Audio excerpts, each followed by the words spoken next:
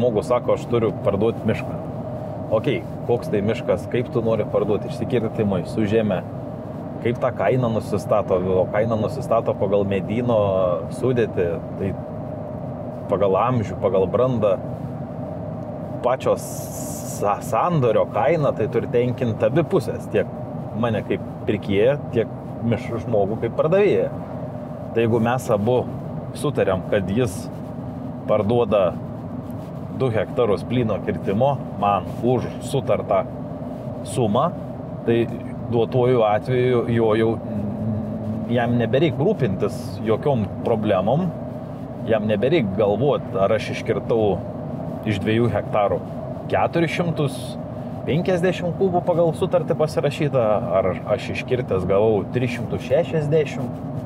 Nei vienam nesu žmogui pareiškęs pretenzijų dėl medienos trūkumo. Jeigu pasirašėm sutartį už sumą pinigų konkrečią, tai jeigu aš nusipirkau ir negavau pajamų, tai yra mano nuostolis. Jeigu aš gavau daugiau, tai yra mano pelnas. O žmogus vis tiek gavo fiksuotą kainą. Dabar Jonišky kaip tik prie Skaisgirio ištraukė mišką žmogaus Tomo, kuris užsiema saulės elektrinių montavimo ant stogų.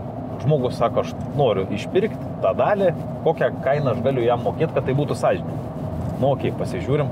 Maždaug tą kainą pasakiau, kokią jisai galimai jam galėtų mokėti, kad tikrai nepatirtų jis nuostolių ir išsaugotų vaikams savo.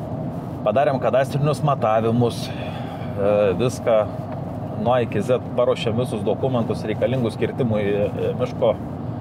Ir jis atvažiavo, sakau, žiūrėk, jau yra leidimai, galim, kokią, sakau, formą tu nori. Nu, kadangi pasitikėjimas yra iš mano pusės, aš jį pažįstu, jis mane pažįsta. Sakau, yra 2 variantai, arba galiu sumokėti pinigus pagal leidimą, arba galiu sumokėti pinigus po to, kai iškirsim, ištrauksim, pagal faktą vadinam. Ką iškirtom, ką ištraukiam, sudėjom, atvažiavom, apmatavom ir, sakau, tokia pinigų suma bus, ar tave tai tenkina?